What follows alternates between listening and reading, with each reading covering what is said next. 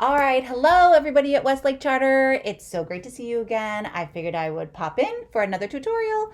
Okay, here we go. This week, our module is working specifically on expression and communication. Now again, of course, I'm going to tell you that it's my favorite, but this one really is awesome. And here's why. Because every platform that we present our lessons to for our students, we can then teach them that platform so that they can use it to express themselves.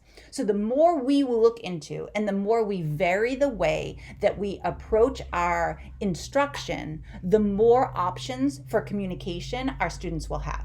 So let me give you an example because I'm super excited about it. So a lot of the schools last year that I started working with were using a platform called Animaker, and I really didn't get a chance to take a look at it. So it was one of the cited sources that came up in all of my research as a really great way to deliver instruction and to get students to instruct back. So I thought, what better way than to make one myself? So I'm about to show you my Animaker. So when you finish working on Animaker, it posts it right for you, so you don't have to do too much work. But here we go. And yes, I have a typo on my very first word. I tried to fix it a billion times and I couldn't do it, but that's a story for another day. Okay, here we go. Here is my first Animaker. See what you think. Good morning, class. Today we're going to work on how to quote accurately from a text when explaining what the text says explicitly and when drawing inferences from the text. When we quote an author, there are two key things to remember. First, you must use quotation marks around the word you copy from the text. Second, you need an in-text citation. Can't remember what an in-text citation is? No worries. If I was reading Al Capone Does My Shirts, and I want to quote the author saying, "The warden comes in after me and closes the door," right after it is my citation, parentheses, page 36. So after you put in the closing quote mark, open parentheses, put in the page number, and close parentheses. This lets the reader of your work know where you found the information. Woohoo! Now we're moving and shaking. For today, we are going to read and find quotes that have to do with setting. On the left side, we'll write quotes from Alcatraz, and on the right side, we'll add quotes from when the characters are in San Francisco. Now we're ready to get started. Don't forget, each sentence we copy from the text needs quotation marks and the in-text citation stating which page number you found it on. All right, let's get started. All right. So in an effort to not be super geeky, that is my first attempt at an Animaker. Truthfully, it took me about 2 hours. The first hour was really me just kind of figuring it out. I used the tutorial and I kind of checked things through. And then after a while, it started to go pretty well. And then, of course, I had to come up with the exact standard that I was going to be teaching.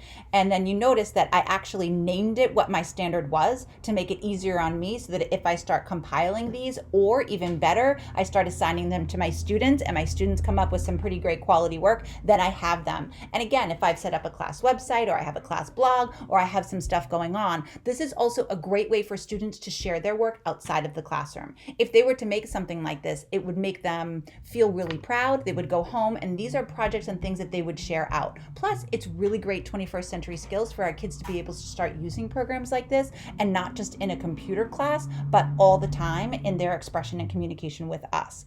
Another one that I'm getting really super excited to get into is called screencasting, and that's what we see on Khan Academy. That's where the teacher can actually write right on the screen. Now, in order to do any kind of screencasting, you actually need to have a touchscreen computer or use an iPad that has a stylus with it. So if you go under our lessons, you will see, of course, here is UDL, expression and communication, and we also really want to get into within all of the modules, these will come up. Here was the Animaker video, and you'll have all different, there's a billion different links to amazing things that we can actually do within our classrooms.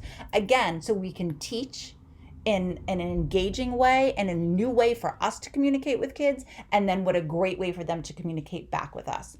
So it's right here. It's called Explain Everything. And this, again, all of these sites are free to teachers. So when you go in, they can show you how it is that we can teach. These programs also work really well when you think about scaffolding. So again, if we have students absent or we have the kids that need to move to a small group and we're busy, this becomes a part of that blended learning. Sometimes we purchase programs that are really great, but their lessons might be too long or they might incorporate some things that we're not really into. My mini lesson just turned into 1 minute and 27 seconds on my video. So this way kids could also refer back to it and we have it and I have it. So it's a really great resource for me to start compiling up these different ideas. Now, am I going to teach every lesson like this?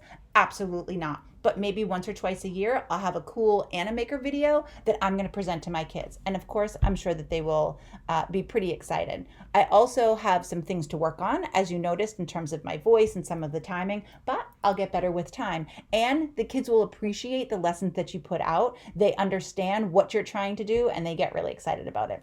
So I listed 10 additional links here for all different things that you could try. Some you may have heard of or not have heard of, but then of course, keeping in mind, it's how we can create creative lessons and scaffolds, and it's how our students can show us their knowledge using expression and communication. So I hope you enjoyed this module as much as I did, and I look forward to seeing some of your results. Talk to you later. Bye.